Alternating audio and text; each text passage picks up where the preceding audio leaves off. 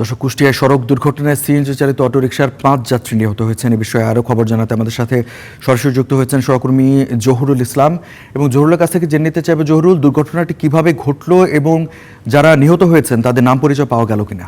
মঞ্জু, আপনাকে ধন্যবাদ। আসলে আপনি যেমনটি বলছিলেন, আজকে প্রায় ঘন্টা দেড়েক আগে কুষ্টিয়া শহর যে বাইপাস সড়ক, সেখানে এই দুর্ঘটনাটি ঘটেছে। একটি সিএনজি চালিত অটোরিকশাকে সাথে মুখোমুখি সংঘর্ষ হয়েছে গ্যাসবাহী ট্যাঙ্ক লরির। এতে ঘটনাস্থলেই আসলে ঘটনাস্থলে তিনজন নিহত হয়েছেন। আর হাসপাতালে, কুষ্টিয়া জেনারেল হাসপাতালে নিয়ে আসার পরে মারা গেছে আরও দুইজন। এই মুহূর্তে আমি আছি যে কুষ্টিয়া জেনারেল হাসপাতালের যে মর্গ, সেই মর্গের সামনে আছি। তো আমরা যেটা জানতে পেরেছি, প্রত্যক্ষদর্শী এবং যারা নিহত হয়েছেন তাদের পরিবারের সদস্য এবং পুলিশের সাথে কথা বলে জানতে পেরেছি, এই পরিবারের এই যে মারা গেছে যে ৫ জন, তার মধ্যে একই পরিবারের ৩ জন রয়েছে। এরা মূলত কুষ্টিয়া সদর উপজেলার খাজানগর এলাকার বাসিন্দা।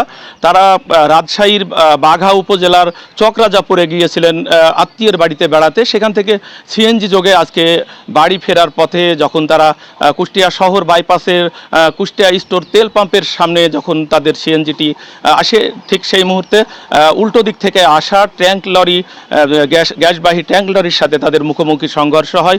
এই ভয়াবহ দুর্ঘটনায় ঘটনাস্থলেই কিন্তু ৩ জন মানুষ প্রাণ হারান। এদের আর যে বাকি 2 জন, তাদের হাসপাতালে নিয়ে আসার পরে তারা আসলে এখানে মারা গেছে। তো একটু আগেই আমরা এখানে দেখছিলাম যে পরিবারের লোকজন এখানে এসে তারা শোক করছেন, তারা শোকের মাতম করছেন। আমরা এই মুহূর্তে একটু দেখতে পাচ্ছি যে আরেকটি মরদেহ কিন্তু পুলিশ নিয়ে আসছে, উদ্ধার করে ঘটনাস্থল থেকে মর্গের দিকে তাদের এই মরদেহটি বয়ে নিয়ে যাচ্ছে। তো এখন পর্যন্ত আমার কাছে এই ছিল কুষ্টিয়ার যে মর্মান্তিক যে সড়ক দুর্ঘটনায় ৫ জন নিহত হয়েছে তার সর্বশেষ। জহুরুল ইসলাম, আপনাকে ধন্যবাদ।